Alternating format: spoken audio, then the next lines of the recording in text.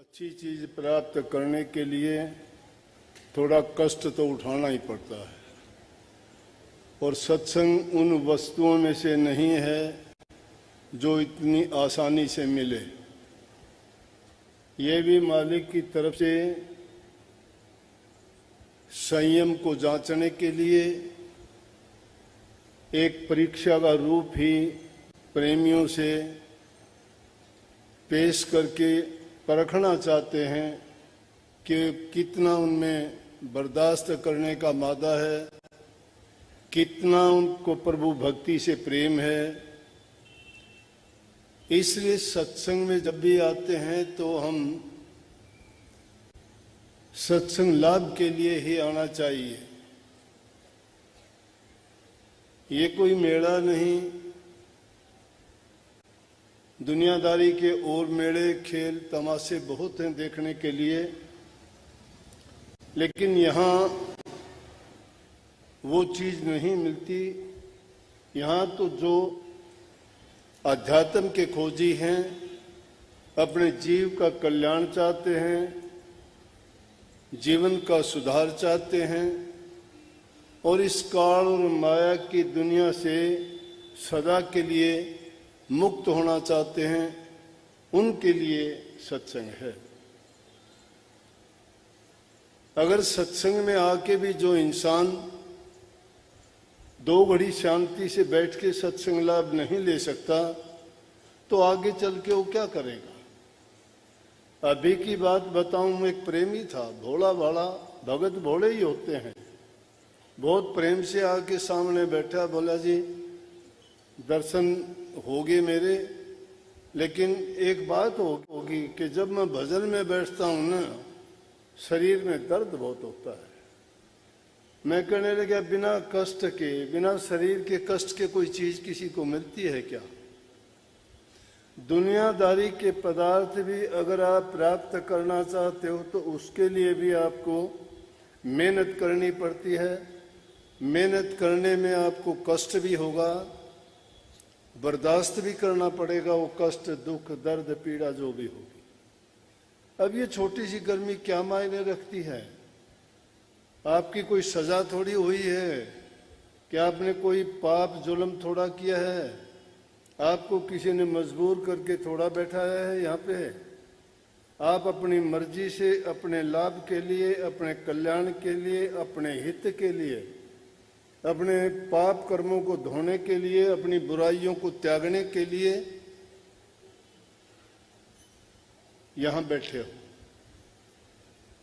आपका स्वयं का अनुशासन आपको बैठाए हुए है। और बल्कि मैं दूसरी जगह जब जाता हूं या दूसरे देशों के लोग आके जब देखते हैं तो इस बात को देख के हैरान होते हैं, जहां कोई आपको निर्देश देने वाला नहीं है, ना कोई समझाने वाला, कहने वाला नहीं है, कि लोग अपने आप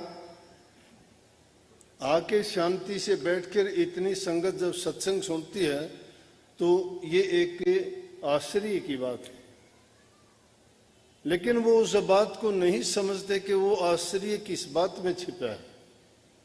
क्योंकि जिस चीज को हम सत्संग से ग्रहण करना चाहते हैं वो बहुत बहुमूल्य चीज है। उसका ना कोई तोल है, ना कोई मोल है, ना उसकी कोई दूसरी दुकान है। वो किसी दूसरी दुकान पे नहीं मिलता, वो तो संतों के संग से मिलता है, संतों के वचनों से मिलता है। और संत भी अगर वो संत मिले करने वाला जिसने नाम की कमाई की हो, अपने जीवन में नाम भक्ति करके गुरु की शरण में, गुरु की रहनुमाई में रह के जिन्होंने नाम भक्ति कमाई है, वही आपका कल्याण और उद्धार कर सकता है। क्योंकि खाली कुएं के पास जाने तो प्यासे की भी प्यास नहीं मिटती है। संत सतगुरु के पास तो वो दौलत होती है कि वो पापियों के पापों को हर लेते हैं, वो मुर्दों को जिंदा कर देते हैं, वो कागों से हंस बना देते हैं, वो कुर्डी से महल बना दें, वो आंख बंबूड़ के भी चंदन के पेड़ बना देते हैं।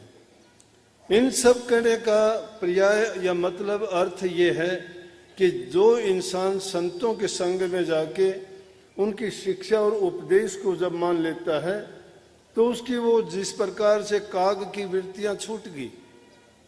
काग की वृत्ति क्या है? काग की आदत क्या है? कि दूसरे पक्षियों को तंग करना, अपने लाभ और स्वार्थ के लिए उनको परेशान करना। लेकिन जब गुरु की शरण जब मिलती है, ऐसे लोग, उनकी तुलना काग से इसलिए की गई कि कुछ लोग हमारे बीच में ऐसे होते हैं जिनको वो गलत आदत होती है, चाहे उनका वो प्रारब्ध कर्म है, चाहे इस जन्म में उन्होंने उन कामों को सीख लिया है गंदी आदत के कारण, या किसी बुरी संगति के कारण, या उन्होंने अपने कर्म से ही अज्ञान के कारण ऐसे कर्म किए हैं, तो वो उन आदतों को अपने जीवन में प्रयोग करते हैं और उससे दूसरों को पीड़ा होती है। लेकिन संतों के पास जब जाते हो तो तुम्हें वो अज्ञान मिटा देते हैं। इसीलिए क्यों कहते हैं कि गुरु के पास गए ज्ञान मिल गया? ज्ञान है क्या चीज? कहते गुरु के पास जाया, तुम्हारी अज्ञान की आंखें थी वो बंद थी, उनको खोल के आपकी तीसरा नेत्र खोल दिया। वो कौन सा है तीसरा नेत्र? ज्ञान चक्षु है। वो आपको विवेक को जगाते हैं, वो आपको भले बुरे की पहचान करवाते हैं, वो आपको बताते हैं कि किन चीजों से तुम्हारा हित और कल्याण है। अज्ञान के बस तो इंसान करता चला जाता है, लेकिन जब संतों की शरण में जीव ये जाता है और संत जब अपने मुख से वो बातें कहते हैं, बातें तो और लोग भी बहुत कहते हैं, पापी लोग भी बहुत कह देंगे आपको, क्रोधी लोग भी बहुत कह देंगे, लालची बहुत कह देंगे, लेकिन उनकी वो बात कमाई हुई नहीं है। जिस प्रकार से पीपल और पेड़ के ये बड़ के बीज होते हैं, कितने बीज पैदा होते हैं, पेड़ के नीचे कितने पैदा होते हैं, वो पेड़ नहीं बन सकते। पेड़ वही बनता है जो पक्षी खा के उसके पेट में चला जाता है, वो बीज पक जाता है, चाहे वो पक्के पत्थर के ऊपर भी गिर जाता है, वहां भी पैदा होकर पेड़ बन जाता है। इसी प्रकार से संतों का जो कमाया हुआ वचन होता है, वही वचन हमारा काम करता है। हाथ में लेने से कोई तीर चला दे तो उस तीर से कोई निशाना नहीं लगता, वो किसी को घायल नहीं करता। लेकिन सतगुरु का वचन जो होता है वो सेल के समान होता है, क्योंकि सतगुरु ने नाम की कमाई की है और वो उनको कमाया हुआ नाम जो है जब वो हमारे हृदय पे लगता है तो हम जाग जाते हैं, भटके हुए हैं रास्ते पे आ जाते हैं, हमारे भूल और भ्रम मिट जाते हैं।